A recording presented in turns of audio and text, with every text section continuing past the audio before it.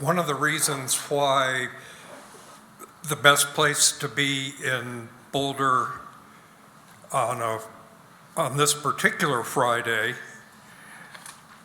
here at Boulder Rotary Club is that we get to hear from Seth Masket, a nationally recognized political analyst right in our backyard at the University of Denver. I'm not sure people in Denver think of being in the backyard of Boulder, but so Tyler, can we get the next slide, please?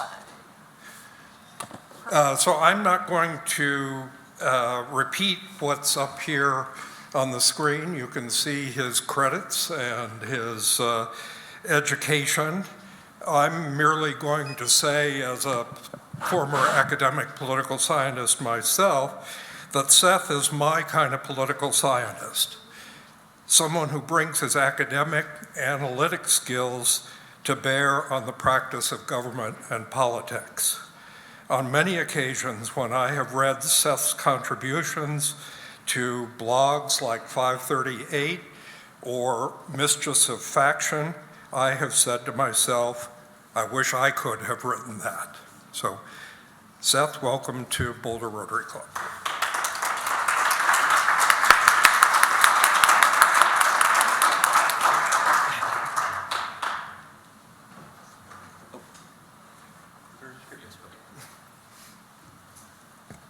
Thank you so much for that very kind introduction. You two are my kind of political scientist. I do appreciate it. Thank you, Cassidy, and thank you all for inviting me here today. I really appreciate a chance to come and talk about midterm elections. This is all, this is an exciting opportunity for me because, well, let's see, will this work if I go to the, yes, okay. I was asked to come and talk about what happened in the most recent election cycle, the 2022 congressional elections. This is particularly interesting to me because it lines up with some types of research that I've been doing in recent years, which is a focus on narratives, essentially the stories that we tell ourselves about why elections came out as they did. I'm always particularly interested about the narratives that a losing party comes up with. When a party, I'm curious about the stories that a losing party tells itself about why it just lost, how it needs to change itself for the next election. And I think there's a lot of what happened in the most recent election cycle that's important to tell us what's going to happen going toward 2024. Now, just to give an idea of what happened in this most recent year. I'm not sure how well you can see what's going on in this graph, but what I want to show you is this shows the results of House midterm elections. So midterm elections in the US House going back to 1950. And essentially what each of these red bars shows is how many seats gained or lost by the president's party. Okay, so this most recent year, Joe Biden's a Democrat. This is how many seats the Democrats gained or lost. This goes back to 1950. And what we see is that the number is almost always negative, right? The president's party almost always loses House seats. And sometimes it's a lot more than others. Sometimes it's, it's as many as 50 or 60 seats. Sometimes they only lose a handful. We know that this varies somewhat by how popular the president is, or if the economy is doing particularly well. Those things tend to make for a somewhat better environment for the president's party. But we know that these things can get pretty severe. And this can, the mechanism behind this is basically that often what happens is when a president gets into office and he's got a Congress of the same party, they're able to pass some bills. There's often some pushback toward the president. People who just sort of want to keep things where they were. People who are angry at the president are more motivated to turn out than people who like the president, so you tend to get that little pushback in midterm elections.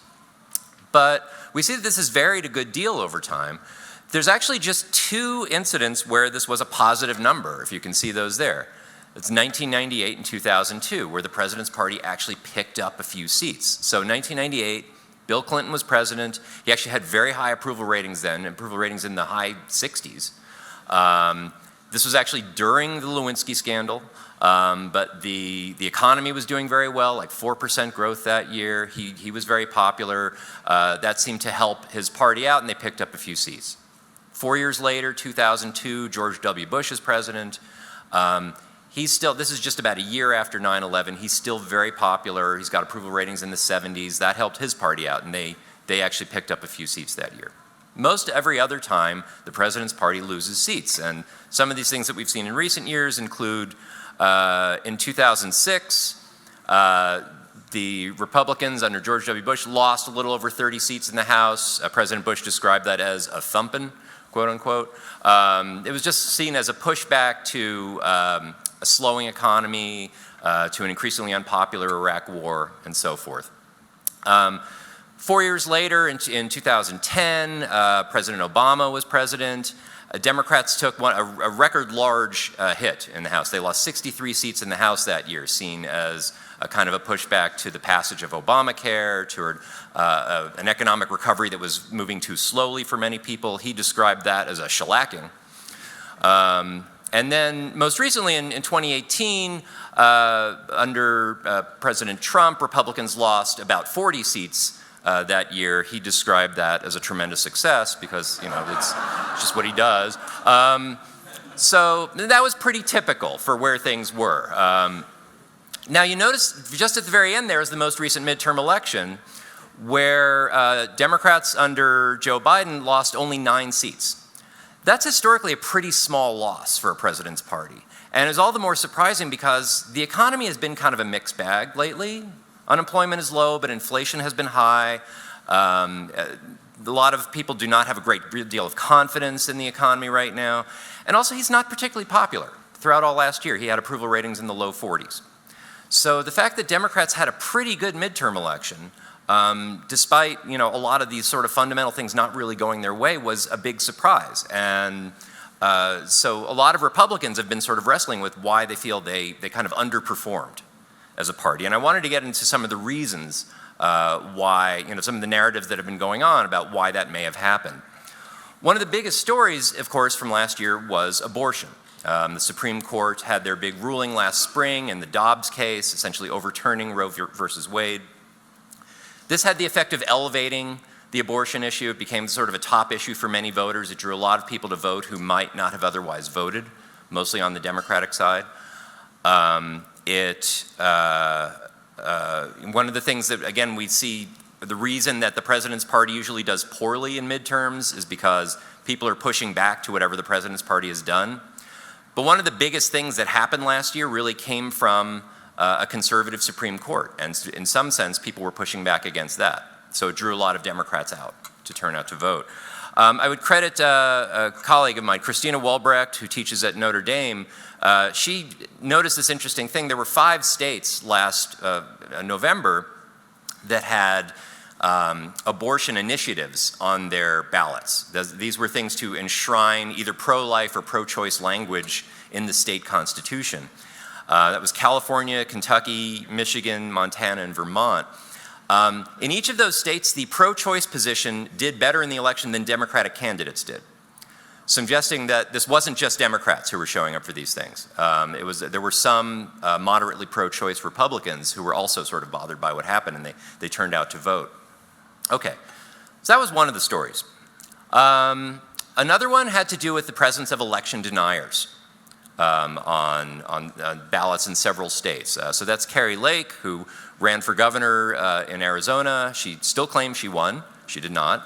But there were a number of people in Pennsylvania and in several other fairly competitive states running for governor, running for Secretary of State, a few other offices who were denying the outcome of the 2020 presidential election, who were looking for ways to overturn future elections.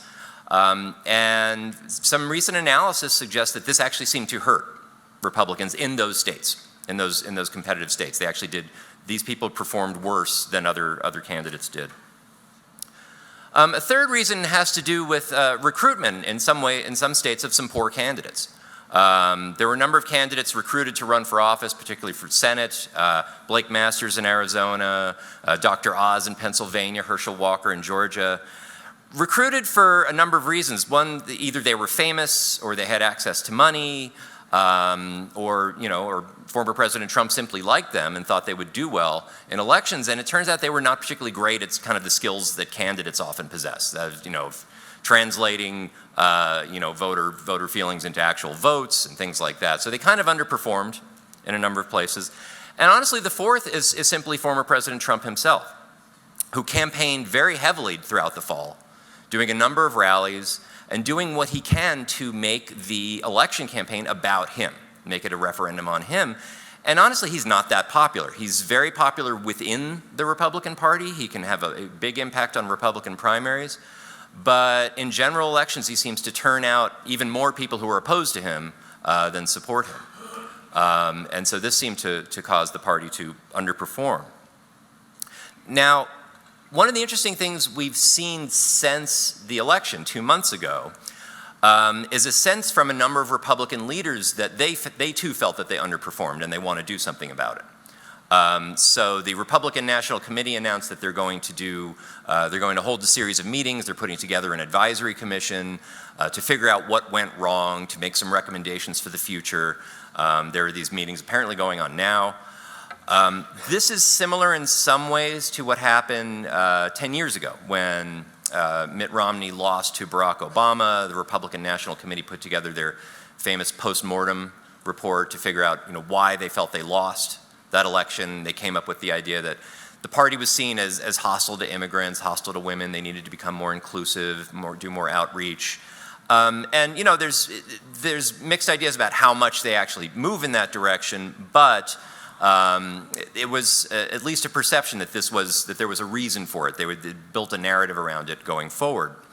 Similarly, the party's trying to do that now, and to at least be seen being concerned about this, and to suggest some future directions for the party to deal with what they saw as a problem. Now, this was an area of interest to me and a fellow political scientist, Christopher Celaya, who up until recently was at the University of Denver with me.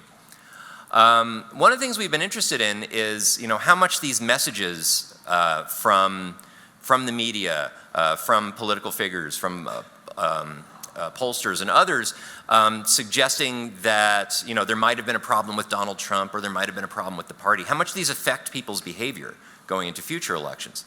Specifically, we were curious if we tell Republicans something negative about Donald Trump, does that actually change how their future voting behavior?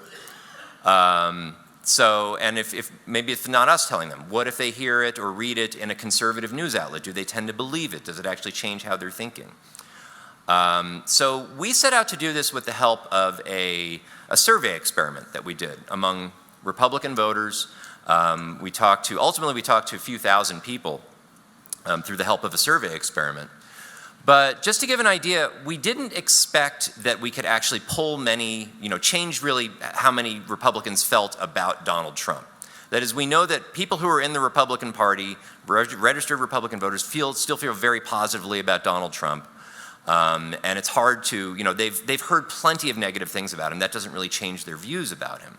So we didn't really expect that seeing a message would really change that. But what we were curious about is if we could change some more subtle aspects of it. Specifically, we did what we call a magic wand analysis. Okay, that is, we asked people two questions. One is, who is your preferred nominee for 2024? Okay, we give people a list of possible Republican presidential candidates and say, of these people, who would you like to see the party nominate for president? The second question is, if you could wave a magic wand and make one of these people president today, who would it be? Okay, those are similar questions, but they're not exactly the same. The second one is saying, who in your hearts of hearts do you want to be president? And the first one is saying, who do you think can win, right? Theoretically, the difference between those two is some measure of electability, okay? Now, there were studies done of Democrats going into 2020 looking at the same sorts of questions and found that there were a number of Democrats who, in their hearts of hearts, wanted Bernie Sanders or wanted Elizabeth Warren or Cory Booker or someone else, but felt they needed to support Joe Biden. They wanted to see the party nominate Joe Biden because they thought he could win, regardless of who they liked. And Biden was a huge beneficiary of this effect, this sort of electability perception. We were curious if this, how much of this is going on the Republican side, how much this affects Donald Trump. So just to give an idea, this was our control group. This is about 200 Republicans we surveyed about a year ago. This is last January. And you can see the results of these two questions here. So in orange, you see that question, if you could wave a magic wand, who would you like to see president?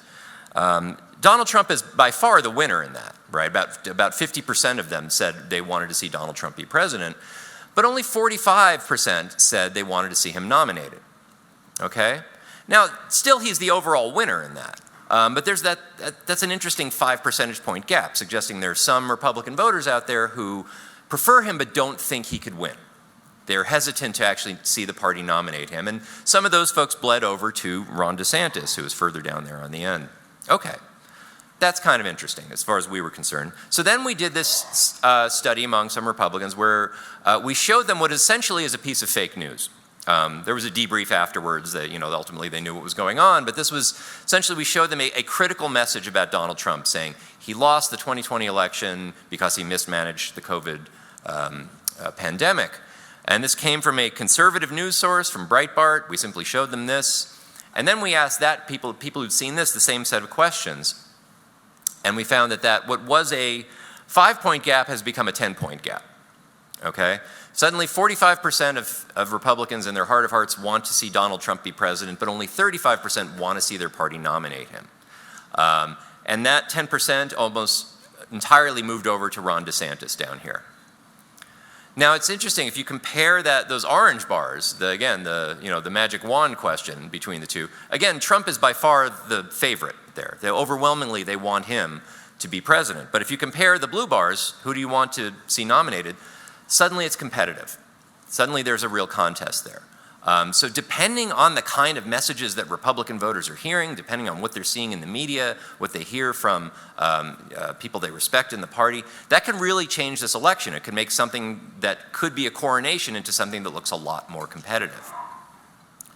Now, these are all this is analysis we did a year ago based on fairly subtle cues and messages. Now, one of the things we've noticed since the midterm elections in this cycle, over the last 2 months, is that some of these voices within the Republican Party that are critical of Donald Trump have been a lot louder and a lot more prominent.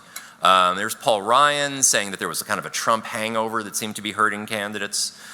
There's a number of Republican Party leaders at the state and national level suggesting that maybe the party should try a different direction. A number of conservative writers have been saying that Trump seems to be politically toxic, that voters are ready to move on.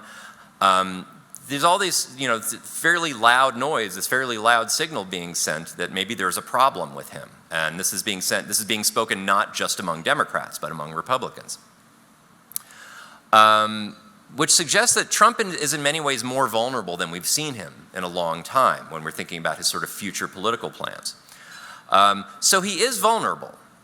On the other hand, we have seen this before, right? Back in 2015 when he attacked John McCain and attacked John McCain's war record, a lot of Republican leaders initially pulled back from him and said some critical things, but found their way back to supporting him again after a few days or weeks. We saw that after the Access Hollywood tape came out in 2016, where again, Republican leaders pulled back from him and then found their way back to supporting him again. And honestly, we saw it after January 6th, 2 years ago, where ultimately a lot of the party found their way back to supporting him. This time might be different. And in fact, in many ways, these midterm elections might have had the effect of really changing what's going to happen in 2024. So in some ways, he's a wounded candidate. He's vulnerable, he's damaged. The key to knowing what will happen, though, would be what happens to the rest of the presidential field, right? One of the things we saw throughout 2015 and 2016 is that a lot of Republican leaders expressed a lot of concerns about Donald Trump. Some were very critical of him. People like Paul Ryan and Mitt Romney and others got up and said some very negative things about him. But after that, they would follow it up by saying, so please vote for someone else, without saying who that someone else was.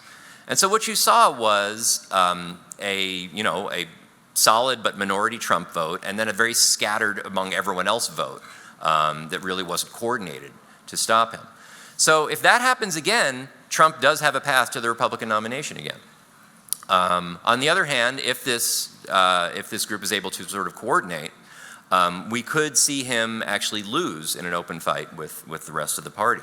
But again, a lot of this comes down to the lessons that people are learning from the most recent midterm elections and the effect that that election really has on what's going to happen in 2024. I'm about 2 minutes ahead, so I think I will call it there. Thank you very much for your time. Okay. And I'm happy to take questions. Great.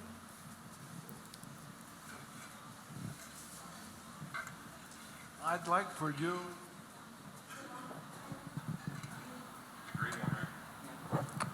I'd like for you to move from magic wand to crystal ball and tell us what you foresee in the House of Representatives going forward. We're at the 12th vote and going forward. Thanks. Okay, I should point out my crystal ball has been very murky in recent years, and and I don't know if there's been any updates in the last like half hour or so, but at least while I was driving up here from Denver, there was a 12th vote for Speaker, and it had actually changed from yesterday. That I think something like 11 or 12 Republicans who had been not voting for Kevin McCarthy had suddenly moved into his camp. It wasn't enough to make him Speaker, but he's gotten a lot closer, so he's trying to win a few holdouts. And apparently there were some negotiations late last night about what his speakership might look like, about making it easier to put amendments on the floor, making it easier to essentially call for a vote of no confidence in the Speaker. This might end up being enough. So honestly, this might wrap up today if it hasn't already, unless someone knows something different at this point. It might wrap up today, but the problem is he still has like 6 or 7 people within the party who still don't want to vote for him. He needs to make at least like 2 or 3 of them happy with him. And then we're talking about like Matt Gertz, we're talking about like Lauren Boebert and a couple of other people who have very strong opinions about him and have really sort of staked their reputations on not backing him. It won't be easy, but I think this will wrap up fairly soon. Honestly, one of the things I've been thinking about this is that this will end when it becomes uninteresting. That is, there's value in sort of standing up to him over and over again. At some point, like CNN stops showing a 24-hour coverage of this, right? Like by next week it gets a little boring, and they're okay. Let's move on to the next controversy. And I think we're getting near that point.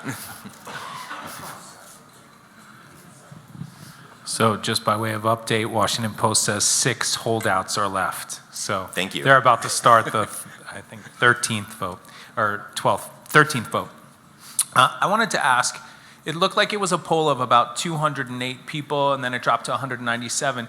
Is that stratified across the United States? Is it in particular political pockets? And are you currently still sort of running those tests as things have evolved with within the Republican Party? So that sample is actually it's good detailed question there. It's done with the help of a survey company called Prolific, and they have essentially like a bank of tens of thousands of people who are available to do internet surveys at any given time, and they're pre-screened beforehand. I think they only have like maybe around 4,000 registered Republican voters in their sample. So we ultimately surveyed I think about 1,400 of that group last year. That group will change from year to year somewhat, but it is designed to be a nationally representative group of registered Republicans. Hi. I don't know if it's on, but just talk louder. So with all of the concessions that Kevin McCarthy has made, what do you think that the speakership will look like in the future? Do you think we'll be able to go back to where the speaker was having some power, since he's given away everything, where one person can even just decide to denominate him and that happens? So the question was about what assuming Kevin McCarthy becomes Speaker, given the number of concessions he's made to his detractors, what does the Congress look like? What does the speakership look like after that? And my impression is, yeah, it would be designed to be a somewhat weaker position. And I think regardless of those, he was always going to be a fairly vulnerable Speaker, in the sense that he has a very small majority to work with. The Republican Party is pretty fractionalized right now, and there's a number of people who simply just don't trust him. So he never really he's not going to have a very large majority to work with. That rule about one person being able to essentially call for a vote to vacate the speakership, as I understand it, it has actually been like that a lot of the history of the speakership. Nancy Pelosi actually increased the margin on that to 5 members, but it's something that simply is just not often done. It might happen in this session.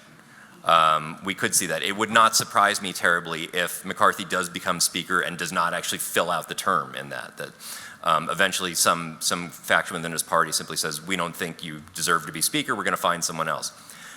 It's the find someone else that tends to be the problem. It's easy to sort of raise concerns about that, but it will be in some ways a weakened speakership. I think it's going to be one of the important powers that a speaker has is the ability to really control legislation, to control whether amendments are offered or not, or control how much time legislation has, the influence over the steering committee that determines the rules for governing things. The speaker will, as speaker, McCarthy will have a lot less influence in that. And some of these committee chairs and some members of the House Freedom Caucus will simply have more influence. So it'll be messier. We're going to see, I think, a lot more public floor fights within the Republican Party on these things. In some sense, I'm not sure how much it's going to matter, in the sense that they're not likely to pass too much legislation that a Democratic Senate and Joe Biden will approve of anyway, even under the best of circumstances. I think we're going to see the areas where it'll be interesting are places like budget votes, like extending the U.S. government's borrowing ability and things like that, where a small number of people can hold things up and make, have a very big effect on that. You mentioned in your remarks, I don't know, okay, you mentioned in your remarks about, we have seen former President Trump, or even before he was president, come back from events and circumstances that most politicians would not have been able to do. What is your, why? Why was he able to do that? It's a really good question, and it's honestly something I've been speculating about a lot. So I like to think of it, go back somewhat further in time to when Bill Clinton first ran for office in 1992. Now, a lot of the model about, at that time about what scandals do to a campaign. You think about when Gary Hart ran in 1988, suddenly a sex scandal comes out about him, and the impression is that when he's sort of huddled in his cabin in Aspen and his friends are advising him, and he decides to pull out of the presidential race at that point, because they are guessing that, okay, no one will vote for you now, it's going to be harder to raise money now, there's no point in going forward with this. Also, you're being humiliated from day to day, and he didn't want to keep going on like that. Fine. Perfectly normal response to a scandal, and that's how people often behave. In 1992, Bill Clinton runs for president, and by the time of the New Hampshire primary, he's got literally 3 full-blown scandals going on. There's a womanizing thing, there's a draft dodging thing, there's a pot smoking thing. And a lot of politicians at that point would have said, I don't want to live like this, I'm out. And he just sort of said, let's see what happens, right? Try it, let's see if they actually don't vote for me over that. And it turns out it didn't seem to actually move that many votes. Scandal can move some votes, but honestly not a ton. And in some ways I see that as kind of a model for Trump. Now I think Trump has done it in his own way, obviously, but I think he just sort of calculates, what's the worst that happens is bad press, right? But that doesn't necessarily mean I get booted out of office. That doesn't mean I lose re-election. So I think he's just sort of calling the bluff on a lot of the media sources that you can't survive a scandal. I think a lot of people actually can. They kind of choose not to just because they don't want to go through that.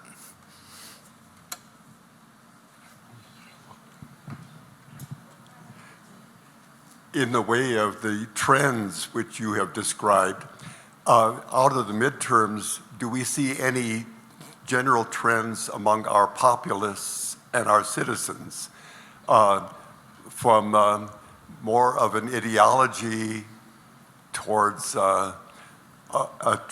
truth and towards more unity? Do we see any trends on the part of our voters and citizens? That's an interesting question. One of the trends that we've seen pretty consistently throughout history is that, whatever voter turnout is in the presidential election, voter turnout is lower in the midterms. That is, there's just less interest. When there's not a presidential race involved. And usually it'll drop by like 15 to 20 percentage points in terms of turnout. That still continues, although overall turnout has been increasing in recent years. There's more people involved. Again, midterms still lower than presidential, but they've been on the rise. Now, when you shrink the electorate somewhat, when there's still fewer people turning out, a lot of the people who turn out are still pretty ideologically motivated. They're not necessarily just focused on truth. They want their team to win, and the population is still getting more polarized. But one of the things that continues to surprise me, like if you look at presidential elections, particularly in the 21st century, for the most part, they're very close, right? Obama's election in 2008 was somewhat unusual. He won by about 7 points. But for the most part, these are like, presidents are winning by like 3 or 4 percentage points. They've all been pretty close. And things that, whereas, Ronald Reagan won by like 20 points, Lyndon Johnson won by about 20 points. It used to be, landslides used to be possible, and they're just not anymore. You get down to the midterm elections, though, and there clearly there's movement. You'll often see, it hasn't been that long since we saw a lot of movement against President Trump, a lot of movement against President Obama. So suggesting that there are still some variables in there, some people are sort of, even if they're pretty ideologically motivated, there are different decisions people use about whether to actually turn out to vote. And so people actually are paying attention. I don't know that we're moving toward anything like unity. I think it's still a pretty polarized electorate. But there do seem to be some sort of checks that people are willing to put on the presidency, and they are thinking about it. They are reacting to things that are really going on in the real world. So I find that kind of healthy. There's a pretty dark pall cast over the Republican Party right now because there doesn't seem to be firm leadership. There's a tremendous amount of polarity between the conservatives and others. How permanent do you think this is, looking into your murky crystal ball? It's a difficult one to answer, honestly. I mean, there's been a real, and I think a very important struggle within the Republican Party in recent years. Particularly since Trump's rise. It's not just about Trump, but he's a big figure in this. And one of the things we've seen is that a lot of, we saw this just last year in the Republican primaries throughout the summer, is that Donald Trump had a huge influence on those elections. When he endorsed a candidate, that candidate tended to do about 18 percentage points better than candidates he didn't endorse. That's an enormous effect. Like nothing else has that kind of influence on an election. Which is why we generally see, Republican office holders being very cautious about going after him, even saying anything just like vaguely critical of him. They don't want that to end their career. On the other hand, I think we've seen more in this most recent election that he may be harming them in general elections, and I think we saw that more explicitly this time around than we have in other recent years. So. I get the impression that people who are critical of Trump, there's a little more wind at their backs than there has been in the recent past. Mitch McConnell, who is no wilting flower, he's been actually saying a number of things and endorsing candidates who are not consistent with what Trump wants, and he's been a lot more bold about doing that. So a lot of the messaging is stronger against him. I don't know where that takes us 2 years from now, but this is. There's more resistance to him now within the party than there has been, I think, any time in the last 6 years. All right. Well, thank you very much, Professor Masket. I'm Glenn Kreutz, today's responder, and it's our honor to have you here today.